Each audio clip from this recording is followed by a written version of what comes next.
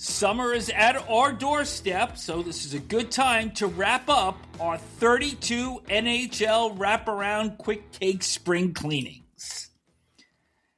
The Carolina Hurricanes are the 2026 Stanley Cup champions, but Neil, as you well know from 32 years ago, even the Stanley Cup winner has plenty of work ahead of them. Absolutely. And we won the Cup the same day as the Carolina Hurricanes, yet back in 1994, it was June 14th when we won the Cup. And yes, you have a lot of work to do, especially if you're the manager, because you come right out of concentrating on the finals, sweating it out, hoping your team can get there.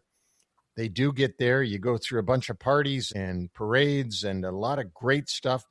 And then it's nose to the grindstone because the draft is coming, free agency is coming. And while everybody else in the league has been tampering with guys that they think that they might want on July 1st, you haven't been able to have that luxury because you've been concentrating on trying to win that darn cup. I would imagine that's where the Carolina Hurricanes and the Vegas Golden Knights sit right now. You couldn't wait to lobby that tampering hand grenade into the conversation, could you? No, because I know it's true. And every GM that I talk to knows it's true and says you can't possibly keep up if you're not doing some of that. Well, let's recap the 25-26 Carolina Hurricanes story that ended on top of the NHL mountain. They finished first in the Eastern Conference, second overall with 113 points. They got to the final in only 13 games, sweeping Ottawa and Philadelphia, beating Montreal in 5, before taking out Vegas in 6 to win the Stanley Cup. When we did our expectations back last summer, we knew that this still was a very good team and that they were going to contend for the Metropolitan Division. They had already had 7 straight trips to the playoffs, including 3 trips to the conference finals.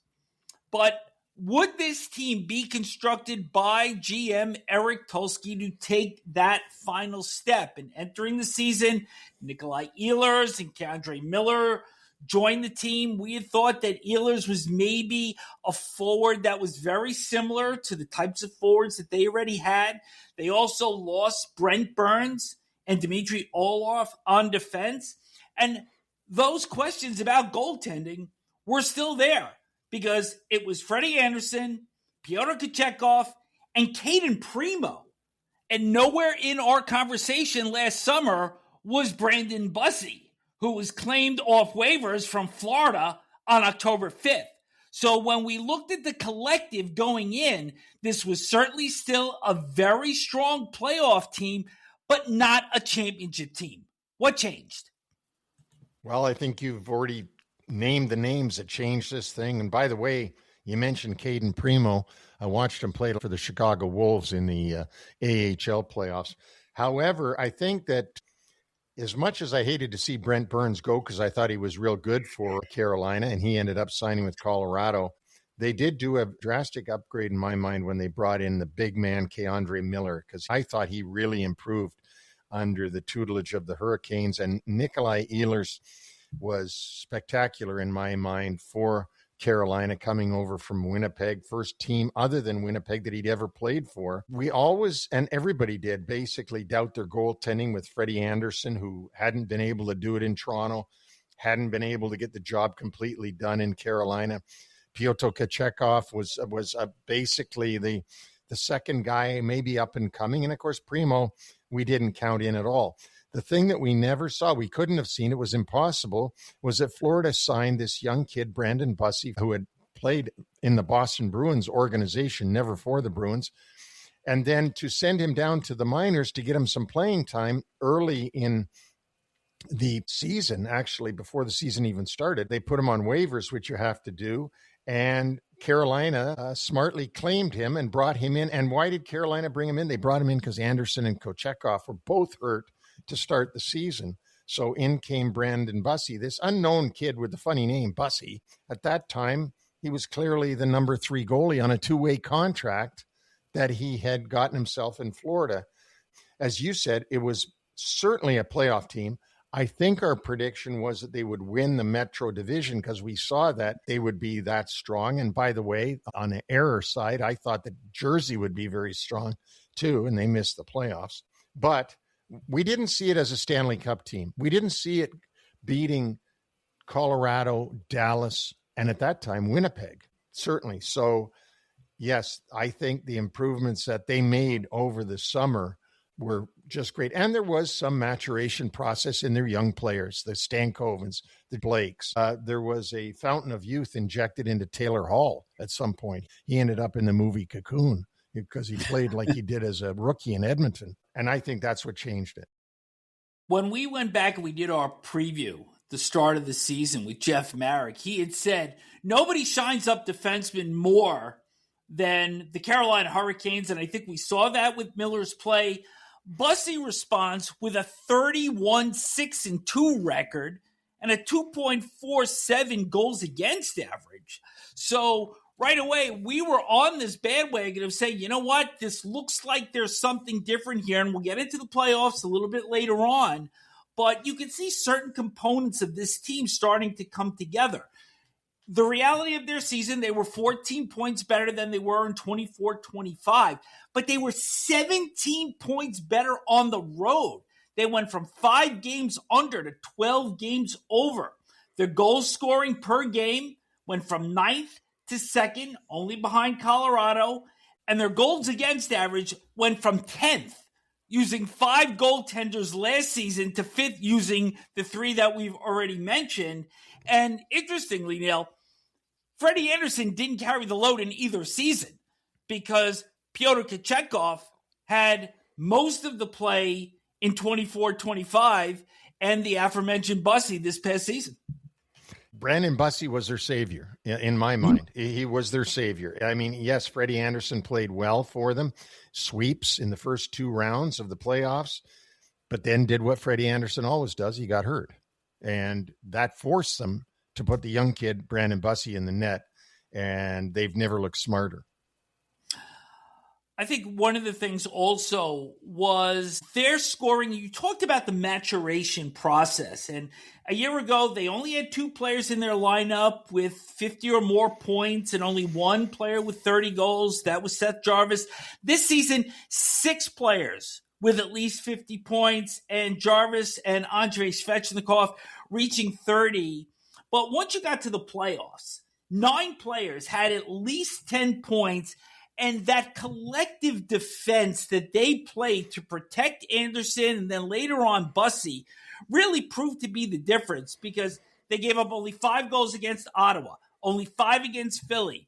In the last 4 games that they won against Montreal, only gave up 5 goals. And then once they were down 2-1 in the final against Vegas, only gave up 5 goals in the last 3 games. So you could see where the totality of this effort truly put them on top, even though they did not have a true offensive game breaker. Absolutely. They didn't have that superstar. They didn't have that Nate McKinnon, if you want to just single out a guy, or a Nikita Kucherov. They don't have that. But what they had was a well-rounded, complete team. It showed in all of the rounds of the playoffs.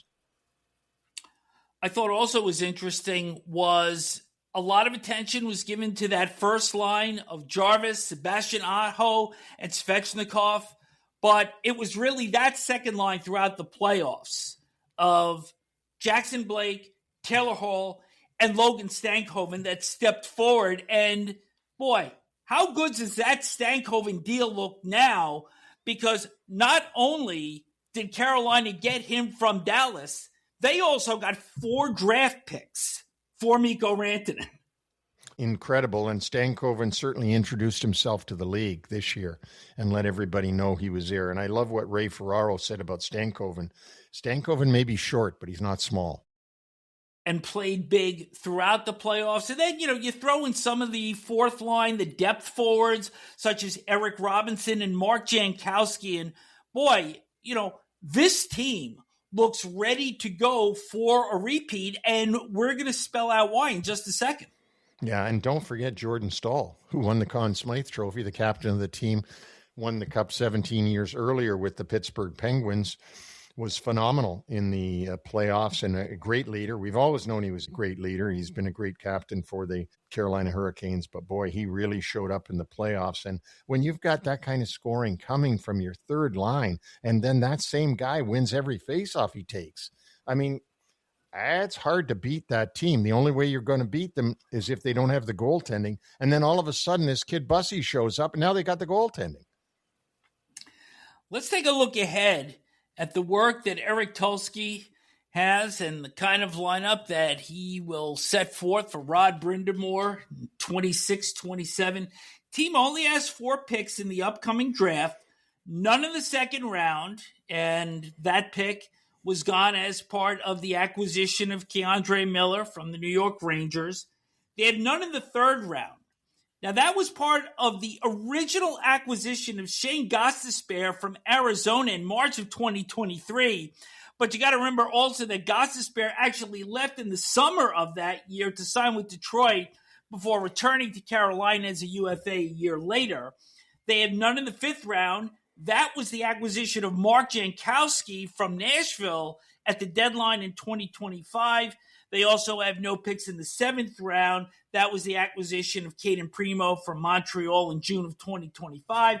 But they do have 2 picks in round number 6, their own and that of the Toronto Maple Leafs. They have just under $12 million in projected cap space. But here's where it really starts to work in their favor. Their UFAs, Nick Delorier, who was acquired from the Philadelphia Flyers, really didn't play very much during the playoffs. Mike Riley also played sporadically, and Freddie Anderson. So in terms of UFA maintenance, you don't got a lot going on here, and your lone RFA is defenseman Alexander Nikishin. Right, and so they're going to keep Nikishin, obviously. He's a restricted free agent. They'll work out a deal there. They'll decide whether they want Mike Riley back. He didn't play a whole heck of a lot in the playoffs. Freddie Anderson, unless he wants a huge raise, he wants to move on somewhere else to make more money. We'll have to see on that one. And Nick Delorier was a deterrent for the Carolina Hurricanes during the playoffs when they got him from Philadelphia, so that if Ottawa or whoever else they faced wanted to go nuclear on them, they had somebody to go back at them. And that's why he was there. I would doubt that they would re-sign him. But there's not a whole heck of a lot of work here like there is on some of the teams that we've reviewed. You look forward to 26-27. This team is going to be largely intact. Next year, Captain Stahl, Jordan Martineau, Gostisbehere, Jalen Chatfield, and Kochetkov are all UFAs. But long-term, they've got 9 players signed through 29-30 and 7 through 2030-2031. I think it's early to start dynasty talk, but you look at the way that this team is locked up, and with the salary cap going up, Tulsky is certainly going to be able to fill in some blanks here as we get towards the end of the decade. I think for 26-27, if everything goes right for the Hurricanes, and by that I mean that they don't get major injuries, they don't get, for some reason, somebody falling off the face of the earth, they do have a chance to repeat.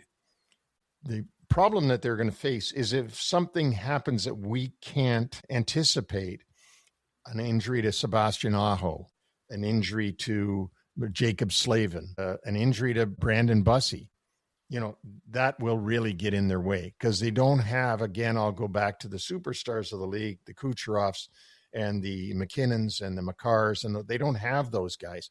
They've got a lot of, let's call them good AA players. They probably got more than anybody, but they really don't have that AAA guy, which is fine because when you put your whole lineup full of AAs, you got enough there to win, as we saw them do this year. In the end game, they were very healthy throughout these playoffs. They got a great draw in terms of their opponents right up until the Stanley Cup final. Got a little bit of luck probably in that fourth game when it was tied at 3 and Jack Eichel hit a post, and who knows, if that goes in and Vegas holds the lead, then maybe it ends up as a 3-1 Vegas lead going into Game 5. But, of course, that did not happen, and most of all, they played well throughout these playoffs. This was a total team effort, and kudos to them for just a great job throughout this 2-month marathon. No doubt about that. I mean, they were first in the East. They swept, and they should have been sending thank you cards to the Vegas Golden Knights, the team that they beat in the final, for having swept Colorado, because I'm not so sure that if Colorado had been healthy and gotten all the way to the final and you would have had a best from the West versus best from the East, that would have been a pretty formidable foe for the Carolina Hurricanes, but they weren't there. And Rod Brind'Amour and his players took care of everybody they faced.